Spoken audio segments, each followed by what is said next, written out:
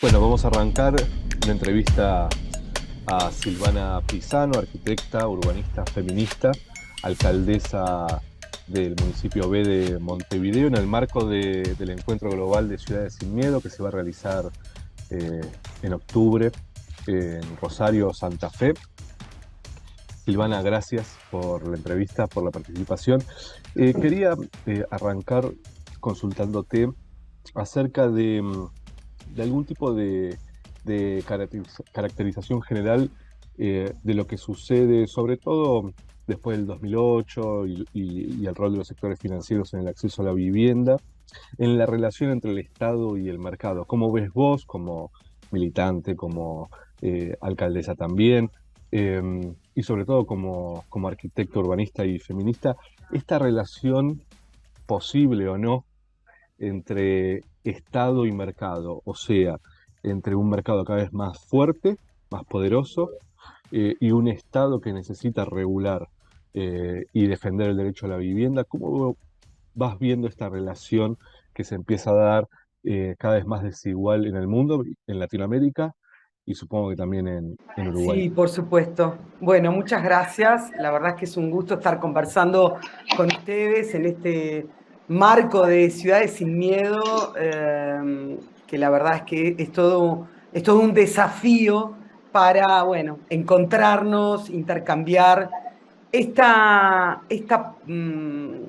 puntapié, Gervasio, que me estás planteando vinculado justamente al tema, ¿no? Que lamentablemente no es una coyuntura, sino que hay problemas estructurales importantes que lo que están haciendo y que se han profundizado, por supuesto, a partir de las crisis sucesivas, nombrabas 2008, pero también, ¿verdad?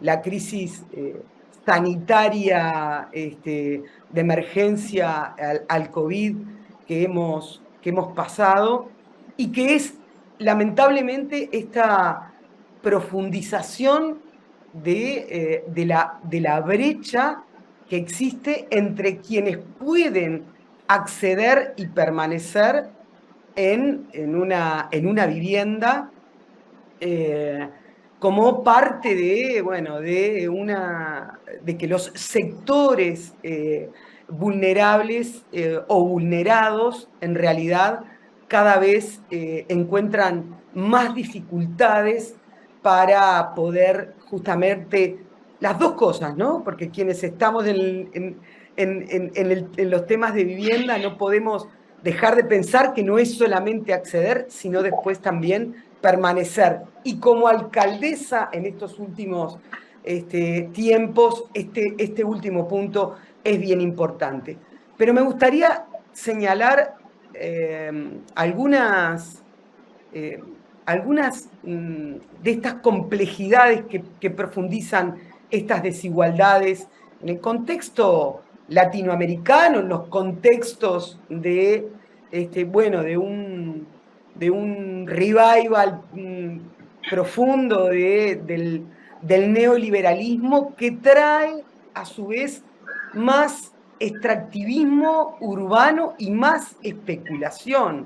Especulación por parte eh, del capital financiero, por eso creo que justamente, bueno, para eso, ¿no? Estamos y deberíamos estar los gobiernos, que es para responder al derecho de las personas en poder tener una vivienda digna, ¿no? Y esto, bueno, genera que existan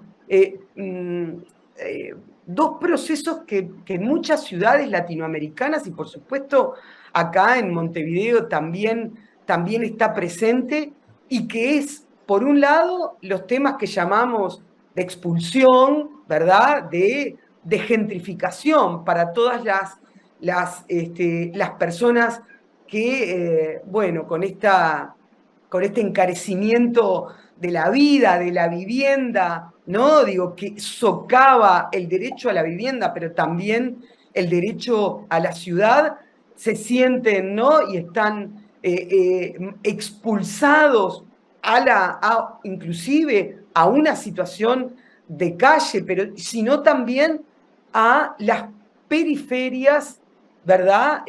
Las periferias que no están,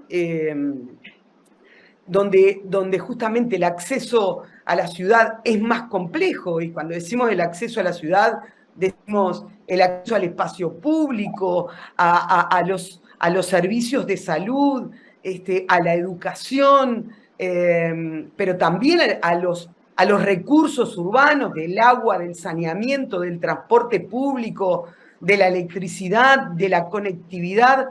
Bueno, eso que son estructuralmente, ¿no? Estos procesos de segregación sociourbana, donde justamente ese acceso a un suelo, ¿verdad?, mucho menos cualificado y por ende, ¿no?, más accesible desde el punto de vista de quienes se sienten expulsados de los centros de las ciudades. Bueno, esto ha profundizado esta segregación, que es una forma de expulsión, de violencia, ¿verdad? Para las familias que evidentemente no pueden, no pueden solventar estos, estos gastos, estas inversiones que nos exige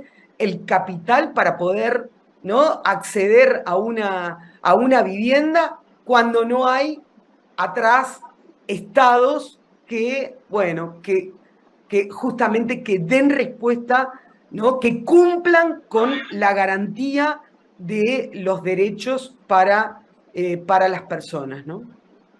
Ahora, vos ahí planteás algo que es muy claro, que es la segregación, la gentrificación por parte del sector privado. Ahora, y también planteaste esto del acceso a los servicios. Sin Ujú. embargo, estos servicios son garantizados por el Estado. El Estado invierte en servicios públicos, invierte, por ejemplo, en educación, en salud, iluminación, seguridad, etcétera. Esos servicios que paga el conjunto de la sociedad son cooptados por el sector privado, que ahí donde hay servicios realizados por el Estado invierte y termina expulsando a las Exacto. mayorías populares, Sí, sí. ¿no? Exacto. Entonces, ¿cuál es la reflexión acerca de qué rol tiene que tener el Estado en su relación con el negocio inmobiliario, con el mercado inmobiliario, teniendo en cuenta que el vínculo es profundamente estrecho, porque quien garantiza de alguna forma esa plusvalía, ese negocio, esa renta del sector inmobiliario es el Estado, no el mercado por sí mismo. Tal cual. Yo creo que hay algo que siempre decimos, y que es: no existe la posibilidad de una política de vivienda democrática, ¿ah?, que pueda, donde todas las personas puedan acceder, sin que pensemos en esa relación indisoluble que es con el acceso al suelo urbano, ¿no? El acceso al suelo justamente urbano, que significa esto, ¿no? O sea, digo, es la ciudad, ¿verdad? Son los servicios, y es la posibilidad justamente de que no es solamente, ¿verdad?, de la vivienda para adentro, sino en ese vínculo, en esa relación, en esa posibilidad de acceso a todos los servicios. Porque también tiene que ver con la alimentación. Nombramos la salud, nombramos la educación como derechos básicos, ¿verdad?, con el tema de la vivienda, pero también que tiene que ver con esto. Y hasta ahora no vemos en los gobiernos departamentales, sobre todo, que a nivel de las reglamentaciones en general son quienes podrían tener y marcar un control sobre ese suelo, eh, y no vemos que estemos pudiendo justamente tomar las riendas de ese suelo que es el que se dispara y que es el que justamente hace que, ¿no? Lo dejamos en manos del mundo privado, ¿no? Entonces, porque supuestamente 1 metro cuadrado de construcción sale lo mismo ¿no? Digo, en cualquier lugar. Si tú miras solamente eso, pero acá hay que sumar el costo del suelo y del suelo urbanizado.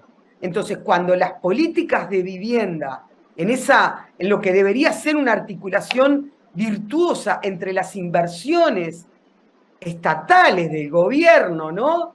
Públicas, en materia habitacional, no están pudiendo controlar ese suelo, es cuando, si lo dejamos en manos del mercado, se va a buscar y a consumir el suelo barato, el suelo, ¿no? Más suburbano, ¿verdad? E inclusive rural, que es el que no tiene este, estos servicios, empujando a, por ejemplo, como pasa en Montevideo, a una extensión urbana, a una mancha urbana cada vez mayor a nivel de territorio cuando la población no crece.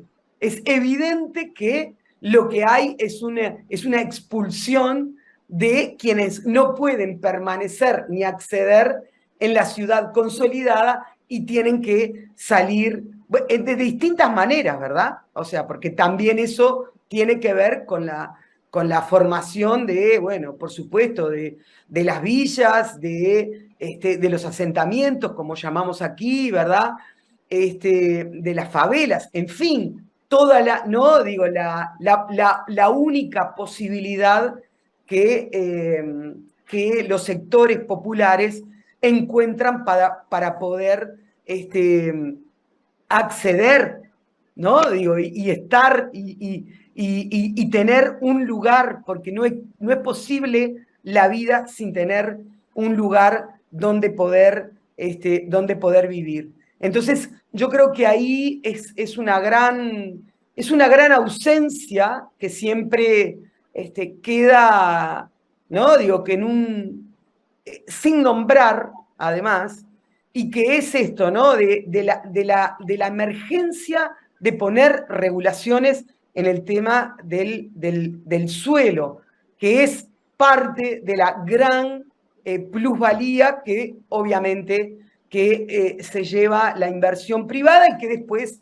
sin duda, ¿no? O sea, se la traslada indirectamente esos costos de urbanización a los gobiernos y, bueno, y termina pagando, por supuesto, la gente, ¿no? Entonces, creo que ahí hay un espacio para poder avanzar, para tomar el control no solamente del tema bueno, del mercado inmobiliario en sí, que muchas veces inclusive construye además con fondos públicos y con pocas regulaciones también, bueno, genera, ¿no? Digo, todo ese plusvalor se lo apropia, sino también hay que tener mecanismos muy rigurosos vinculados con el suelo urbano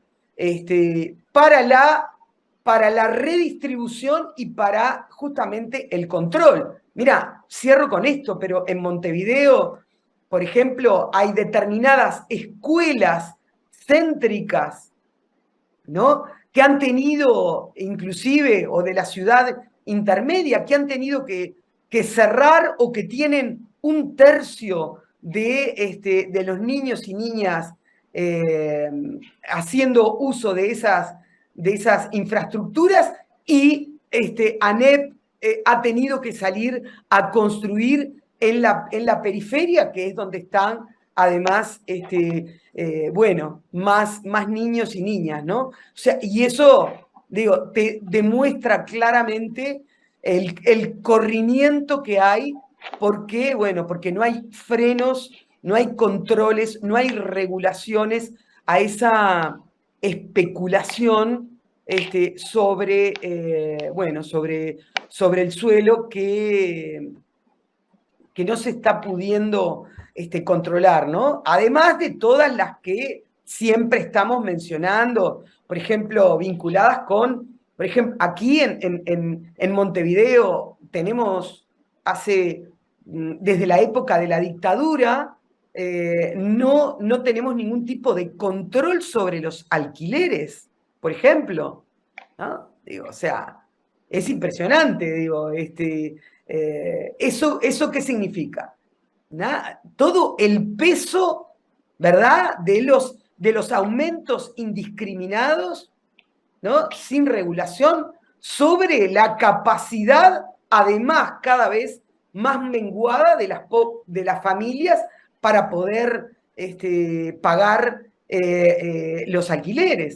Bueno, entonces decir, bueno, por un lado, decir, no debería insumir más del 25% de los ingresos familiares el costo de la vivienda, y sin embargo tenemos, ¿no? Hay muchas familias donde el 60% tiene que ver para poder alquilar una casa. Entonces, y a su vez en sectores emergentes, complejos, ¿no? Personas adultas mayores, con niveles de prestación social muy bajos, o personas migrantes que llegan a Montevideo, que viven en lo que llamamos pensiones, casas de inquilinato, que se encuentran además en las zonas céntricas de Montevideo. Bueno, acabamos de hacer una investigación a raíz de una política que llevamos adelante, ¿no?, de entregar subsidios a personas para que puedan permanecer en el centro de la ciudad, que nos determinaba que, bueno, las personas adultas mayores que viven en pensiones, más de la mitad prioriza el pago de la pensión por sobre la alimentación.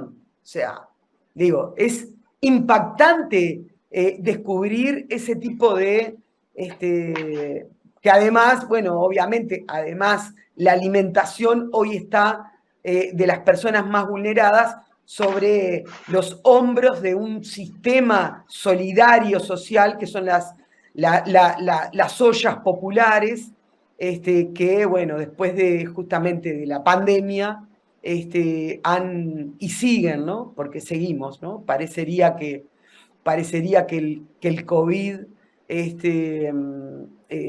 estaría superado, pero las consecuencias del achicamiento de las políticas sociales y de los gobiernos que piensan, ¿no?, en la macroeconomía y no en las personas, bueno, tenemos este tipo de cosas que repercute en el vivir, que repercute en todos absolutamente los niveles vinculados con el acceso y la permanencia en la vivienda, ¿no?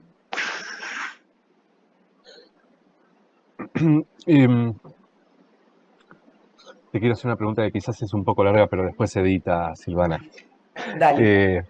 Pero quería hacerte una introducción para llegar a la pregunta también. Quizás, para resumirlo bien, el modelo latinoamericano siempre fue el modelo de la casa propia, ¿no?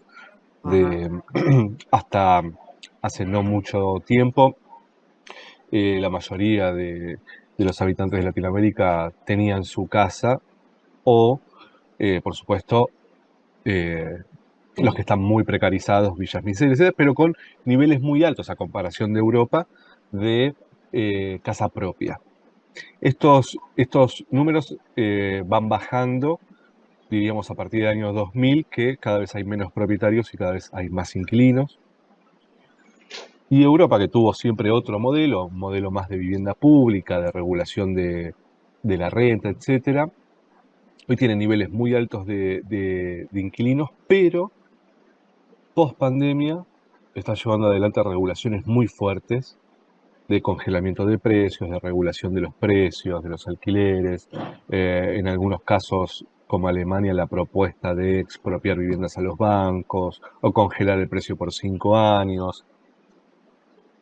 A mí me da la impresión de que los gobiernos populares de Latinoamérica, pero conociendo un poco, sobre todo Argentina, Chile, Uruguay, siguen con la idea de la casa propia cuando tenemos un proceso de desigualdad cada vez más fuerte, o sea, cada vez menos gente con más propiedades y cada vez más gente que nunca va a tener su casa y que además cada vez les es más difícil pagar el alquiler. Vos recién hablaste del subsidio como una forma de paliar esta situación para que la gente pueda seguir pagando la pensión, que como vos decís, primero pagan la pensión y después ven si comen porque necesitan un lugar donde dormir para poder trabajar, etcétera, o sobrevivir. Ahora, ¿por qué crees, más allá de esta cuestión cultural, histórica de Latinoamérica, que frente a un problema que ya explota en la cara de todos nosotros, que es el problema del acceso a la vivienda democrático, y sobre todo para sostener, si es que todavía estamos a tiempo, el sistema democrático, eh, ¿por qué crees que entonces no se llevan adelante las medidas que son obvias se tienen que llevar? Por ejemplo, vos nombrabas el subsidio, pero es obvio que si se le da subsidio sin regular el precio de la habitación de la pensión, bueno, también sirve para que los dueños de las pensiones aumenten los precios y puedan seguir cobrando los alquileres. ¿Por qué crees que todavía no hay una reflexión, sobre todo de los gobiernos populares, acerca de eh, que hay que regular la renta? Obviamente la bisagra es la dictadura, tanto en Uruguay como en Argentina, que desregula, ¿no? El precio del alquiler. En Argentina nosotros hemos logrado hace poquitos años que se empiece a regular de vuelta y la presión del mercado es tan pero tan fuerte que el incumplimiento es casi total de la ley de alquileres en Argentina y además el gobierno no lo tomó como una herramienta para no pelearse con el mercado inmobiliario. ¿Por qué crees que cuesta tanto algo que es tan obvio?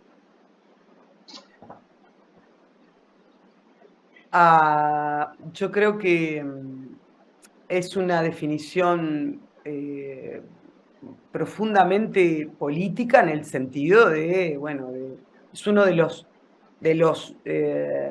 lobbies ¿no? de poder más fuertes vinculados con los, con los capitales en plural. Y yo creo que esas batallas, ¿no? Esas luchas, no hay muchos dispuestos a darla en realidad, ¿no? Pero digo, creo que forma parte, digo, tocar el tema de la propiedad privada aparte es muy complejo porque hemos sido conquistados culturalmente y subrepticiamente, ¿no? Con un modelo de vida donde lo que importa es la propiedad, ¿no?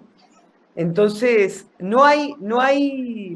pero digo, yo creo que no es, si estudiáramos con profundidad, no es tan histórico, ¿no? Ha habido, la otra vez leía justamente sobre España, todo lo que hizo justamente el franquismo como parte de promover el tema de la propiedad de la vivienda, ¿no?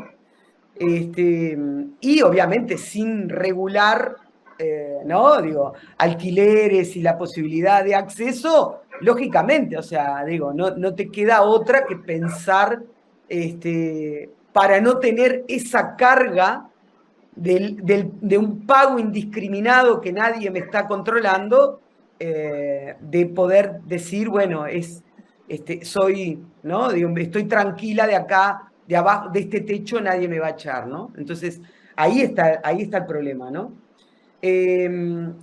Nosotros en Uruguay tenemos, pero también es una constante que requiere de una defensa y de una resistencia cotidiana. Tenemos desde hace 50 años, bueno, la ley de las cooperativas de vivienda, que evidentemente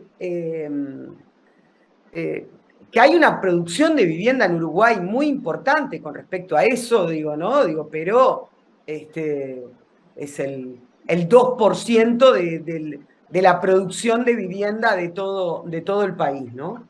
Es muy importante, pero en realidad también decía, hay que estar resistiendo porque el movimiento cooperativo lo que ha puesto justamente como subversión de esa idea propietarista, en realidad, es poner el foco en el uso, ¿no? Y no en la nuda propiedad. Esa propiedad que aparece después como colectiva, ¿tá?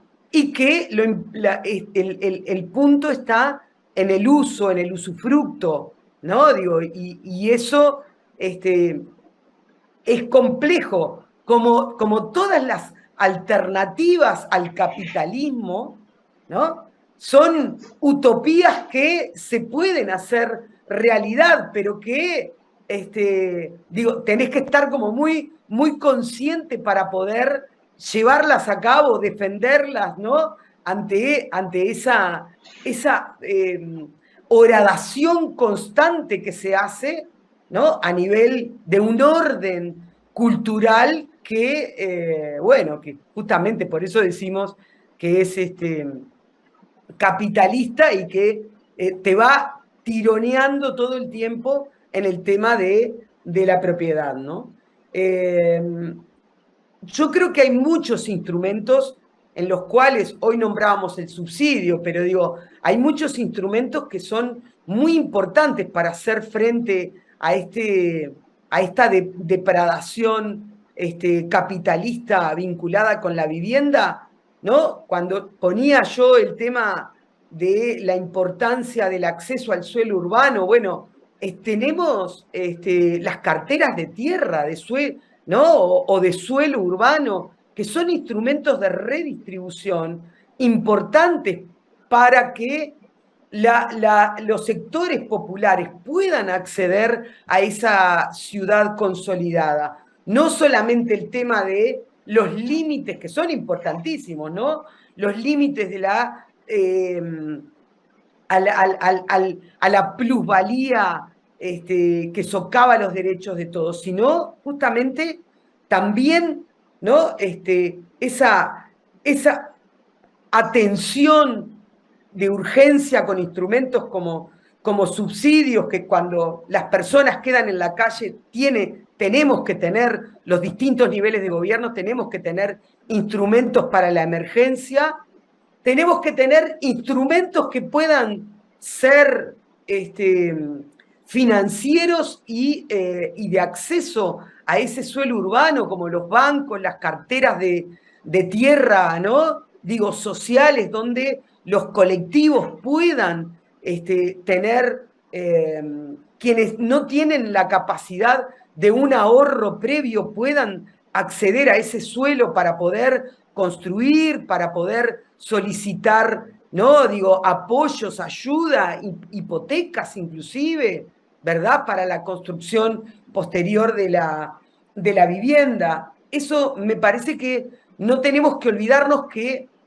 no es una cosa o la otra, sino que tiene que ser un paquete, un paquete de instrumentos que posibiliten justamente la atención a la emergencia, pero también la prevención, ¿no? Y entonces, bueno, este proceso, sin duda que construir una vivienda, tener un acceso a una vivienda, ¿no? Digo, es muy oneroso, lleva muchas horas y días y de trabajo colectivo. Yo que he estado siempre muy cerca de las cooperativas de vivienda, bueno, son años que se pasan, ¿no? Digo, porque, porque eso también es complicado, ¿no?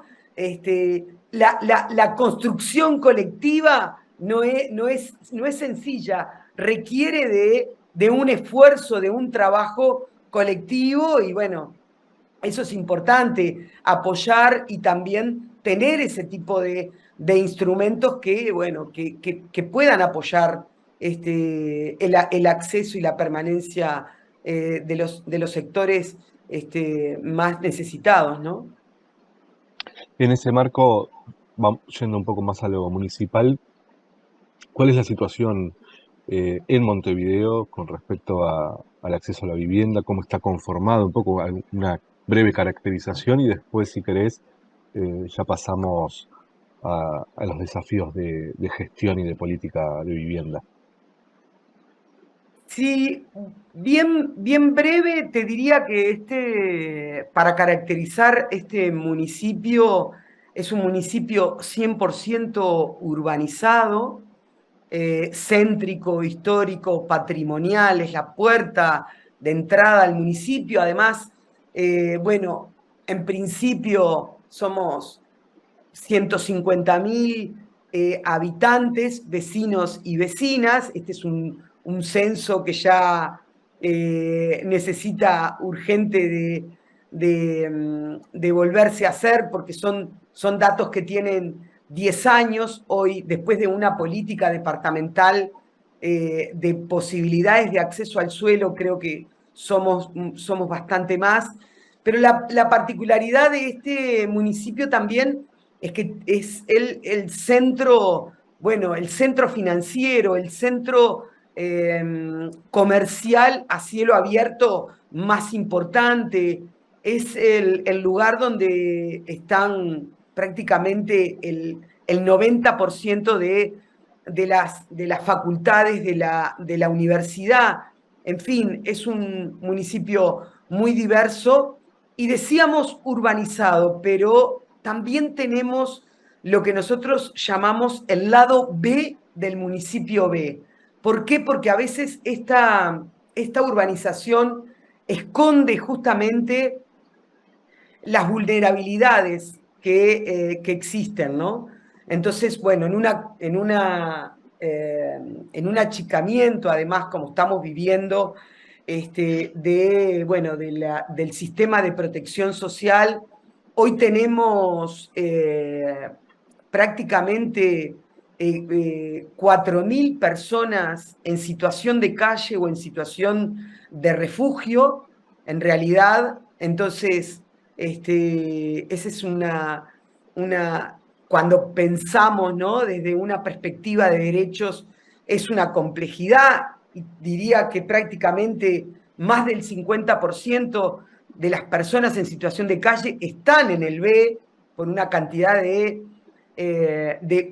razones que hace que, bueno, que las actividades informales, ¿verdad?, se puedan desarrollar mejor, en fin, tengan más acceso,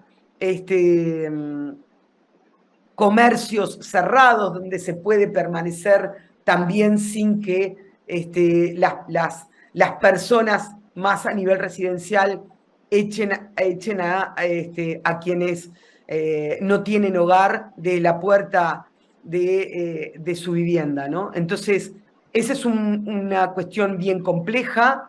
Y después tenemos también viviendo en pensiones y en casas de inquilinato, también en esta zona céntrica de Montevideo.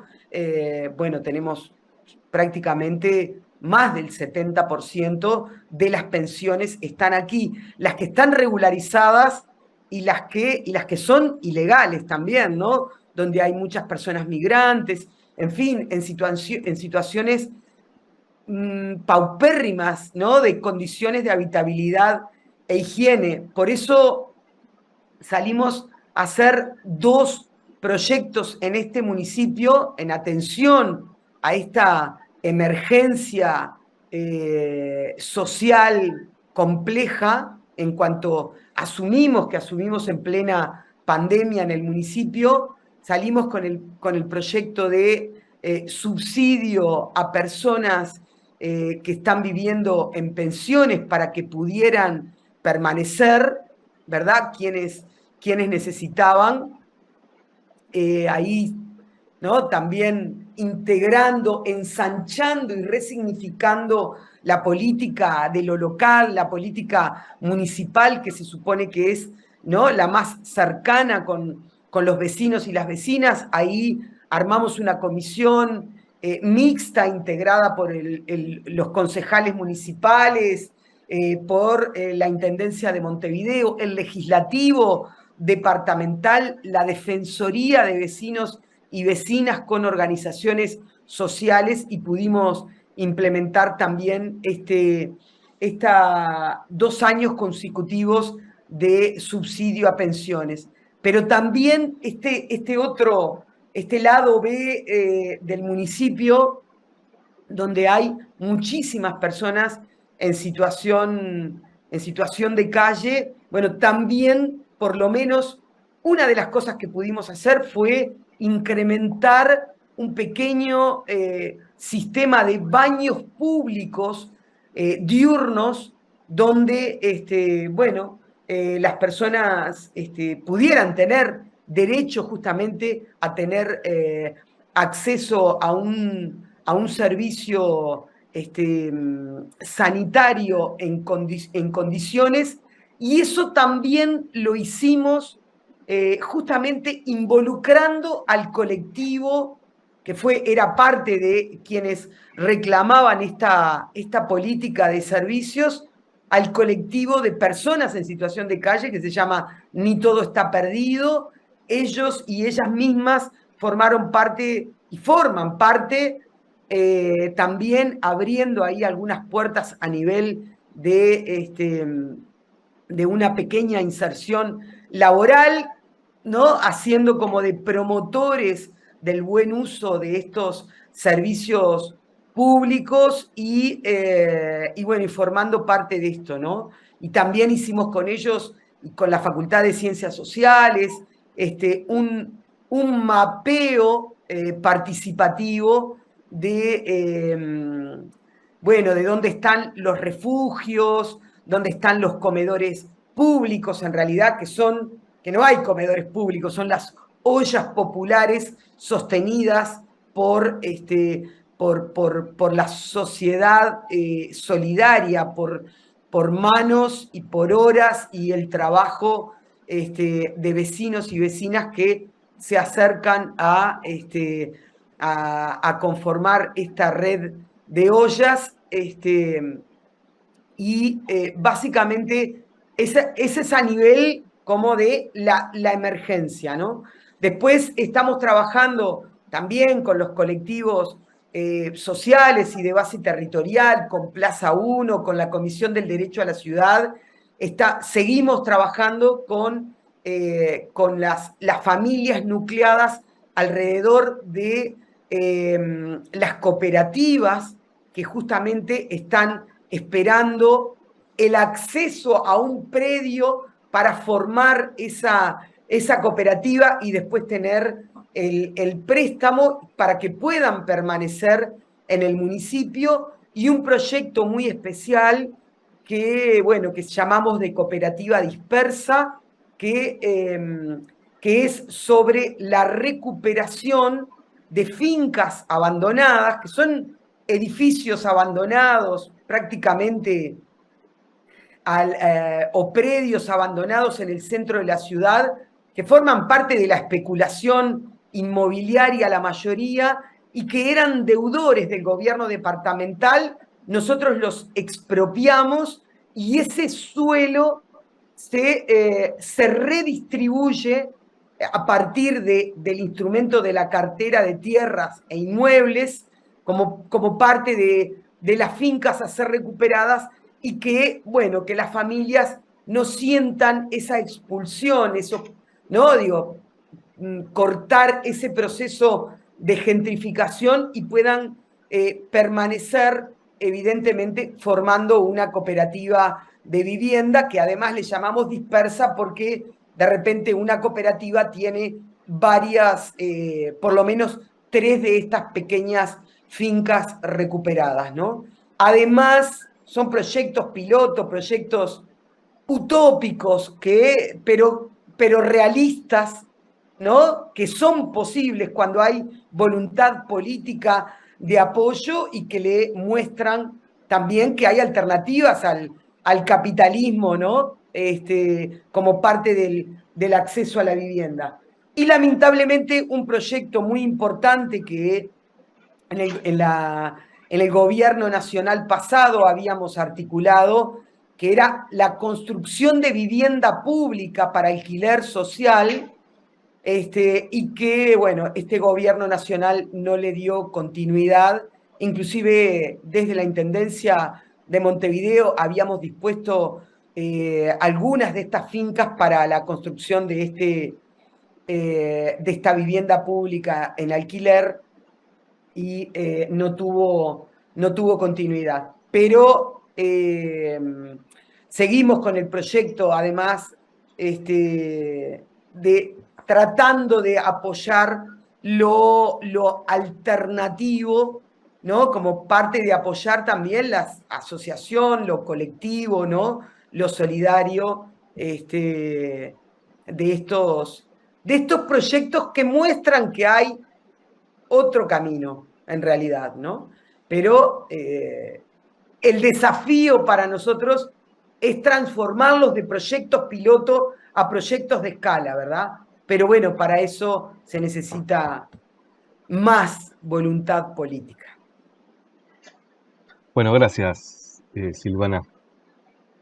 Gracias a ti. Les mando un abrazo muy grande. Me voy volando que tengo una reunión con unos vecinos en Parque Rodó. Cualquier cosa, estoy a las órdenes, me escriben.